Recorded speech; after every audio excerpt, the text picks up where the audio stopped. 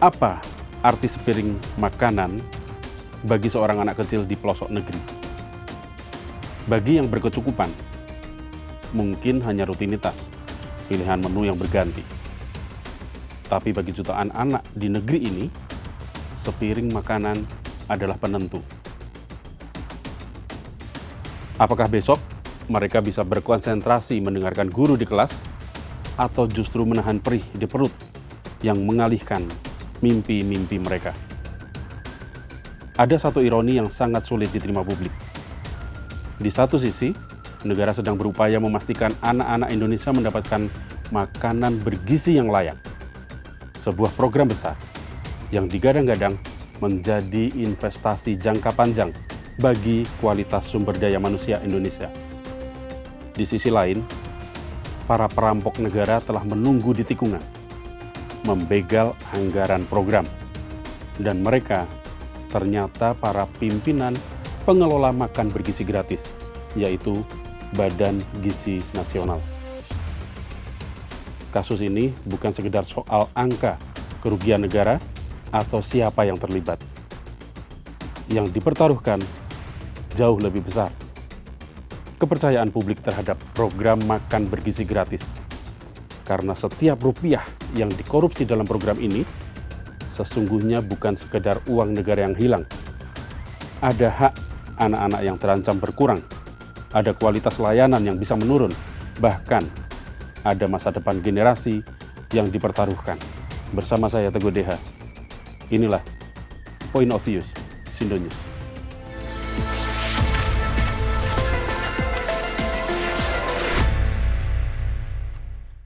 Dari awal, program makan bergizi gratis berjalan, publik memang sudah mengingatkan potensi-potensi korupsi program ini. Banyak sekali celahnya, dari hulu sampai hilir. Tapi dengan penuh percaya diri, Kepala BGN Dadan Hindayana, yang kini menjadi tersangka, mengatakan telah membuat sistem yang ketat dan tidak memungkinkan anggaran bocor. Belakangan ketahuan, memang dia sendiri yang mengakali sistem itu bersama dua wakilnya, Sony Sanjaya dan Ludwig Pusung. Mulai dari keterlibatan dalam kepemilikan Satuan Pelayanan Pemenuhan Gizi atau SPPG, setorannya miliaran rupiah per hari. Dan ada juga pengadaan untuk Badan Gizi Nasional yang aneh-aneh.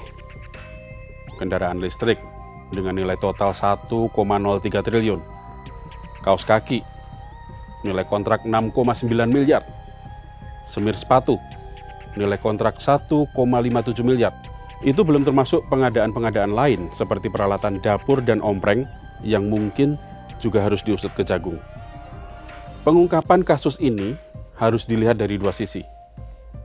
Pertama, tentu saja penegakan hukum harus berjalan tegas.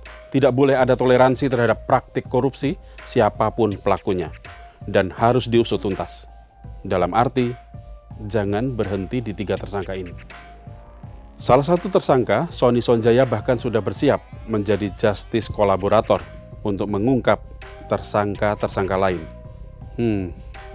Ada hubungannya nggak ya dengan pesan yang ditulis untuk Kepala BGN baru, Nani Asdeyang? Terima kasih atas hadiah terbaiknya. Masih misterius ya pesan ini. Sisi kedua, tidak kalah penting dalam pengungkapan kasus. Jangan sampai kasus yang dilakukan oleh oknum kemudian membuat publik kehilangan kepercayaan terhadap tujuan besar program makan bergizi gratis. Program dan pelaku adalah dua hal yang berbeda. Jika ada oknum yang menyalahgunakan amanah, maka oknumnya yang harus dihukum. Sementara program yang menyangkut kepentingan jutaan anak Indonesia harus diperbaiki dan diperkuat.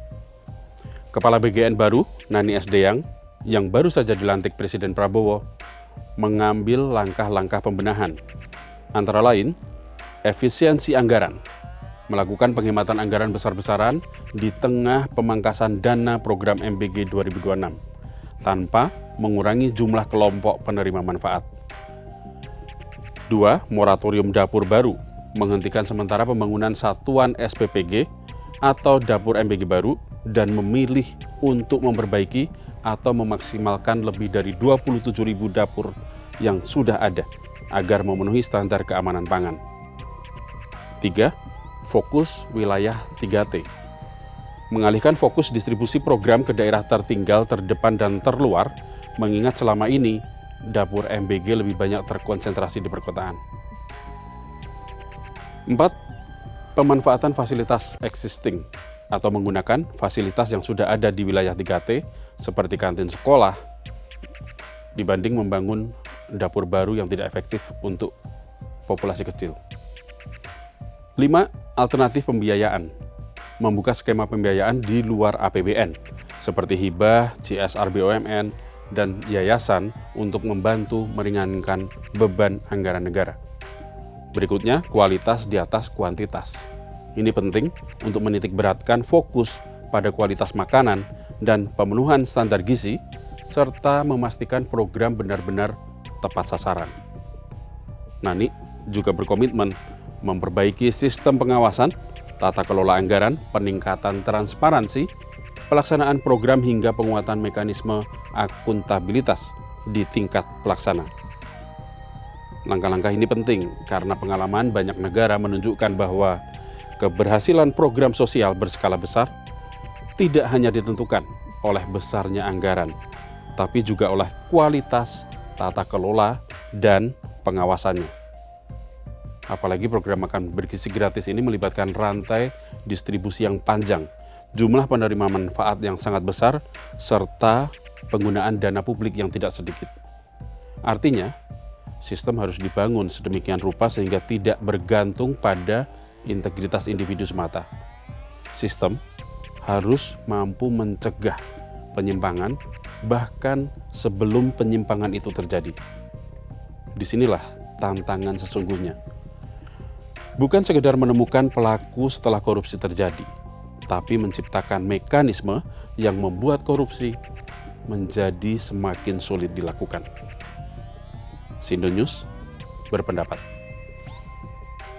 kasus ini harus menjadi momentum evaluasi menyeluruh, bukan sekedar pergantian pejabat atau penindakan sesaat.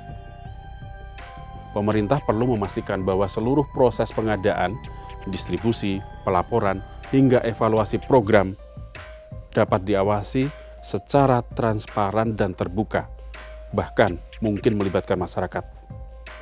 Semakin besar sebuah program, semakin besar pula tuntutan akuntabilitasnya. Masyarakat berhak tahu bagaimana uang negara digunakan. Masyarakat berhak memastikan bahwa setiap anggaran benar-benar sampai kepada mereka yang membutuhkan.